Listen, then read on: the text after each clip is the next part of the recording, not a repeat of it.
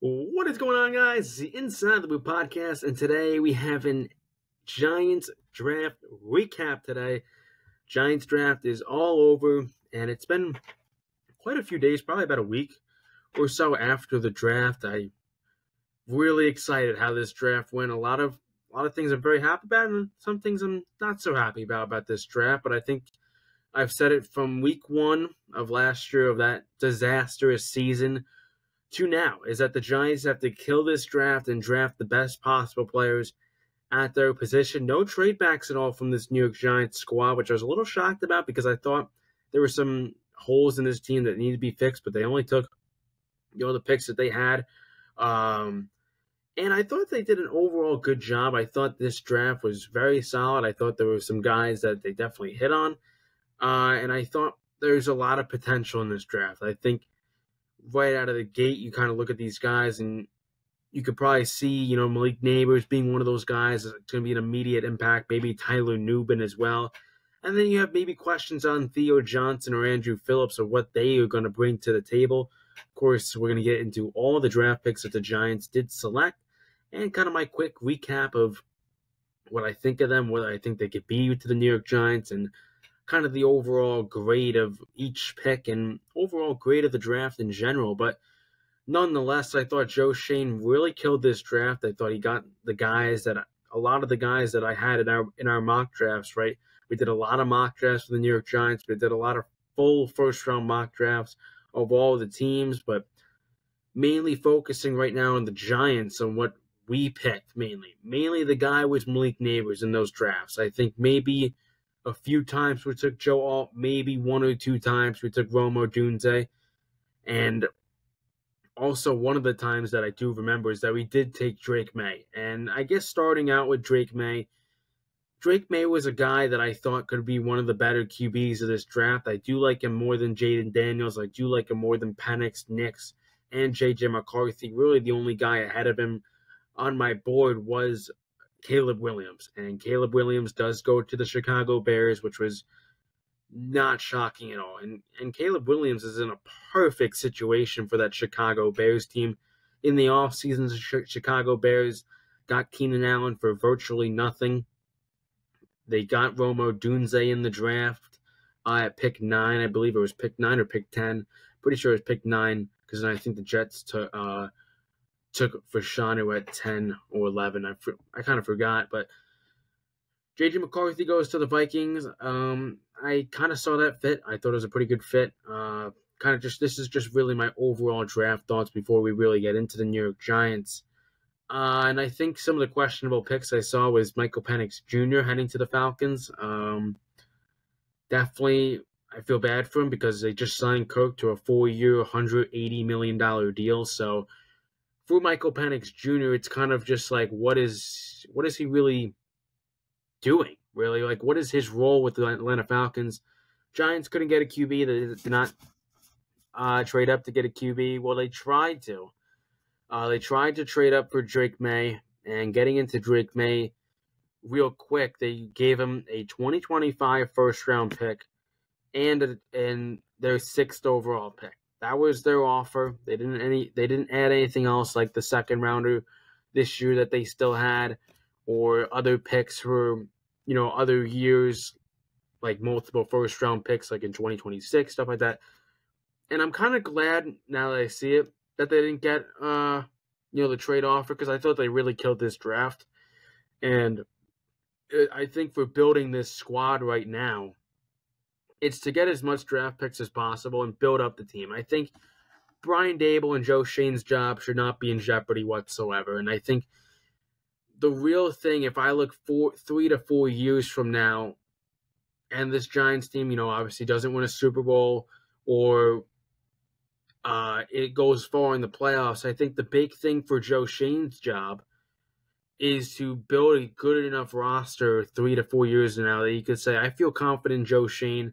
And if he doesn't build a good roster or a competitive roster in 3 to 4 years, then I could totally see them moving on from him. For Brian Daboll, it's a little bit different. As the head coach, usually the head coach does get the boot before the GM. And I think Brian Daboll overall has done a fine job. I think made the playoffs first year, really solid. I thought we were going to build on that and make the playoffs again. Clearly wasn't the case. Clearly was just a schedule that was very favorable for the New York Giants. And for Brian Daboll, I thought this year's 6-11 season, I thought there were a few games they could have won. I thought the Bills game could have definitely been won. I thought the Jets game was winnable. And I just thought there were some winnable games here on the schedule that the Giants just did not take advantage of. I thought the Raiders, too. I don't think the Raiders are that good, and you kind of got steamrolled by them. And I think for Brian Daboll, him just not losing the locker room is going to keep his job. I think as long as he keeps the locker room intact and he has that supporting cast, I don't expect him to go. And also, Joe Schoen and Brian Daboll are essentially a dual package, right? If you're going to fire Daboll, then pretty much you're moving on from Joe Schoen. And I really hope John Mara doesn't really move on from these guys, because I think the Giants finally have a solid staff that we can say, I like it. And it's a competitive staff. But getting into the draft now, I think I've done enough talking of Joe Schoen and Brian Daboll. Now we have to say what they have done in the draft. And looking at my notes to start off the draft, I love the Malik Nabers pick, right? Getting back to our mock drafts real quick, we had him in almost every single mock draft. And I think that's one of the big things that I said, is that this team, for the New York Giants, getting a wide receiver one can do wonders on this team. This team has not had a wide receiver one since Odell Beckham Jr. in 2014 when they drafted him. And it was amazing. Odell had some solid years with us, and now Malik Nabers, who is a very, very good wide receiver in this class. He's my number 2 in the draft, just behind Marvin Harrison Jr.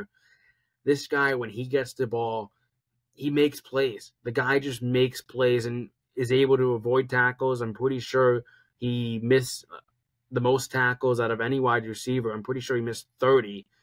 And Marvin Harrison was at like 5. So Malik Nabers is a guy who's shifty. He's an amazing runner after the catch. I know a lot of guys actually have Malik Nabers as their wide receiver one, and they would potentially see Marvin Harrison Jr. slip down the board. But the Giants got their guy. And if it wasn't going to be a quarterback at 6, or if they traded up, it was Malik Nabers. There was no other player I would have probably wanted on this spot than Malik Nabers. And maybe you can make an argument for Joe Alt. I did like the Chargers taking Joe Alt. I thought that was a very solid move by them. And then they ended up getting Lade McConkey in the second round out of Georgia. But yeah, I mean, it helps the wide receiver room as well. It really takes off the stress from Darius Slayton. I know a lot of Giants fans love Darius Slayton. I do too. I think Darius Slayton can definitely receive some underrated takes. I think he's an underrated wide receiver. I mean, he's gotten 700, 800 plus yards with not great quarterback play. I mean, he had a solid year, and Giants quarterbacks were flying around, whether it was Daniel Jones until week 6, or it was Tyrod Taylor coming in, or it was Tommy DeVito. Darius Slayton made plays, and he had some really solid games. And now having him as the wide receiver too, I think puts a lot less stress on him. You know, the best cornerback's not going to be on Darius Slayton now. It's probably going to be on Malik Nabers, and that's fine with me, because I think this team adds a lot of speed, and I know speed kills, right? We look at the Miami Dolphins and how much speed they have added to their team with Tyreek Hill, Jalen Waddle, Devin Achane. All those guys can run, super fast, and I think the Giants can implement some sort of an offense like that, and Brian Daboll is one of the most creative offensive-minded coaches in the National Football League. And I think with this pick, it just helps him so much. But I could talk about Malik Nabers for this entire podcast, but I'm not going to, because we got some other picks. Tyler Nubin. Giants get a really solid safety with their next pick. I think he's one of the best in the class. And now he might not have the fastest 40 time, but I know a lot of guys said they still love this guy, and he's a really good fit for the New York Giants. He makes up ground too. I mean, Xavier McKinney didn't run the fastest 40 time, and he still looked like an amazing player. because he made up ground, and that's what a safety needs. You need a guy that he might not be there in 2 seconds, but he'll get a pass deflection, an interception. I'm really liking how the Giants have shaped up this defense. Of course, something that I haven't even talked about on this podcast or this channel is the acquisition of Brian Burns. Brian Burns is one of the best pass rushers in the National Football League, and they got him for just a second and a fifth. So they really didn't give up too much value for one of the best pass rushers. And now I think for Brian Burns, it's just be a dominant force. And with Kayvon Thibodeaux, this can only help Kayvon Thibodeaux even more, even though Thibodeaux had an amazing sophomore season. It helps with the Giants a lot. And, of course, no more Wink Martindale, so no more constant blitz packages. They have Shane Bowen now as their defensive coordinator, and he had really good seasons at Tennessee. But our next pick is kind of the pick that I liked, but there was maybe a better option, and that's Andrew Phillips out of Kentucky. So Andrew Phillips, of course, before I even say that, I had Malik Nabers at an A+ grade and Tyler Nubet at an A. I have Andrew Phillips as a B+ grade here. I think he's a good corner. I really do. I think he's got really good athleticism. I think he might play the slot over Cordell Flott. He'll probably win the starting role. So it'll be him and Deonte Banks as your CB1 and CB2. I could probably say he could maybe use a little more aggressiveness, but I still think he's a solid pickup. Now, on the other hand, I thought this was really going to be a Christian Haynes spot. I thought with him dipping down the class, and it felt like the NFL gods were praying for the Giants to finally address offensive line here, because this offensive line stunk. This offensive line was hot garbage last year. 85 sacks last year. 85 sacks allowed last year. I think that was the most since Philadelphia in some sort of time in the 1990s or something like that, 1991 maybe, or it was even earlier than that. But it was awful this year for offensive line. It didn't help Daniel Jones' development. It didn't help anybody. It didn't help Brian Daboll because he had to change his playbook, really, and make plays that were not deep balls and kind of the short routes, and then teams would obviously catch on to it very quickly. But I thought this was going to be Christian Haynes, man. I really did. I thought with the Giants' lack of offensive line talent, I thought this was going to be a pick. I mean, interior offensive line was some of the things I said in the draft that need to be addressed. I think a lot of these mock drafts, I had Christian Haynes or I had some sort of interior offensive lineman taken in our drafts. But cornerback did need to be addressed. We do know that, and that's why they did go Andrew Phillips over Christian Haynes. Christian Haynes ended up going a few picks later to the Seattle Seahawks, but I don't know. I thought this was going to be a Christian Haynes spot. I did get a little pissed when I saw that it was Andrew Phillips, but I don't think he's a bad player whatsoever. It's just, in terms of potential and value, I thought Christian Haynes, who looked like one of the better interior linemen in the entire class, but it is what it is. Our next pick, one of my favorite picks on day 3, was Theo Johnson, tight end out of Penn State. A lot of guys are saying this guy has a ton of potential in New York, and with Brian Daboll, they think he could be a really good tight end. He's got good athleticism, good size. I'm happy. All right, if Darren Waller decides to quit football and say, I'm retiring, let him be the guy. Excuse me. Sorry about that. I had to sneeze. But yeah, I mean, I thought Theo Johnson was a good pick. He's got really good upside. Darren Waller might be gone. Darren Waller played 1 year with the Giants and decided to call it quits. That's what I'm saying right now. I'm saying that Darren Waller is going to retire. That's my prediction. And the Giants saved $12 million in 2024 if he does end up calling it quits. Nonetheless, I mean, pretty solid career for Darren Waller. A few 1,000-yard seasons, but also you could say it wasn't too solid because he was injury prone. He had hamstring issues with the Giants as well, but yeah, that's really all I have for Theo Johnson. Another pick. This was a running back, Tyrone Tracy Jr. out of Purdue. He switched from being a wide receiver to a running back. This guy's got crazy speed, and he could really help this team. I think he has the potential to be the running back one on this squad. I think he's just got a lot of good traits to him. I think he's got the speed. I think obviously one thing you have to look at is his vision. It isn't great, but he's also just learning the running back position, so that's an easy fix. I mean, Devin Singletary could help him out. Giants coaching staff could help him out with that. But yeah, I think that's what I got for Tyrone Tracy. Really solid player. I gave him a B. I gave Theo Johnson a B+, if anyone was wondering my grades. Final pick of the draft out of UCLA, Darius Musaia, I believe his name is. Kind of probably the worst pick, probably least valued pick, I'd say.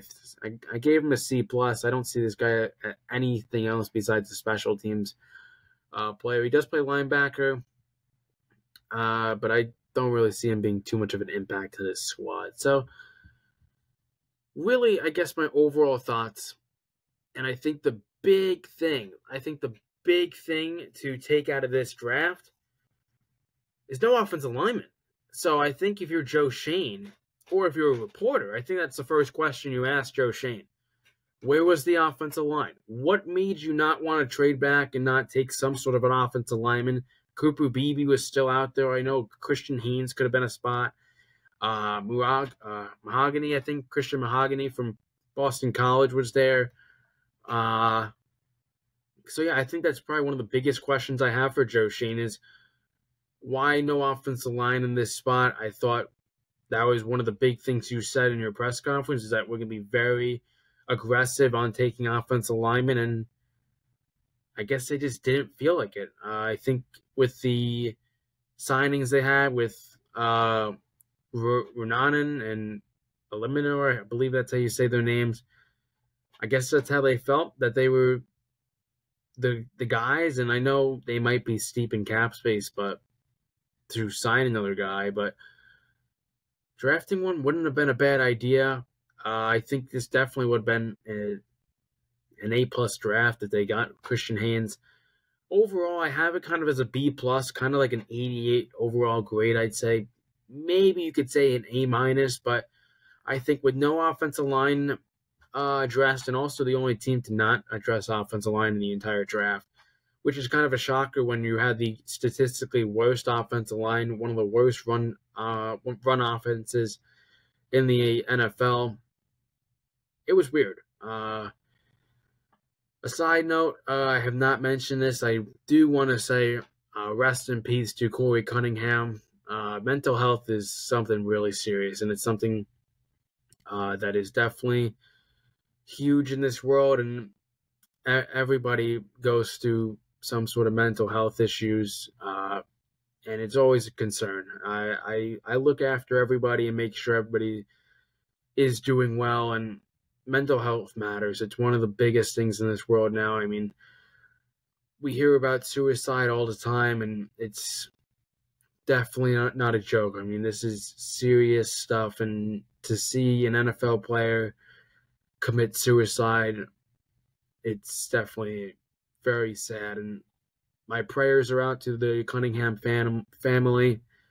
But that's what I have to say for Corey Cunningham. But getting back to the draft, to really wrap this up, I really do, with some of the negative things I have said about not taking offensive line, I thought they overall did a good job, and I am proud of this team. I think they could have a good season next year. Of course, they take on the NFC South and they take on the Bengals division, so pretty sure that's the AFC North. So I believe the schedule comes out in a few days.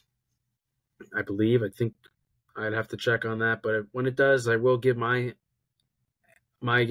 standings prediction, my schedule prediction, how many wins are the Giants going to get, or what type of top pick are we going to get again. But anyways, guys, this was really fun to make. Of course, another draft recap. I appreciate all of you guys for supporting the channel. Of course, we are at 106 subscribers, on the road to 200 subscribers. But this has been another video of the New York Giants. Don't forget to check out our previous video of the New York Rangers sweeping the Washington Capitals in 4 games, and our preview for the Hurricanes versus Rangers playoff series. But that's going to do it for this video. Don't forget to hit that subscribe button, hit that like button, and hit that notification bell, as you will never miss an upload if you hit that notification bell. And one more time, prayers out to the Corey Cunningham family. Mental health matters. And I will see you guys in the next one. Peace.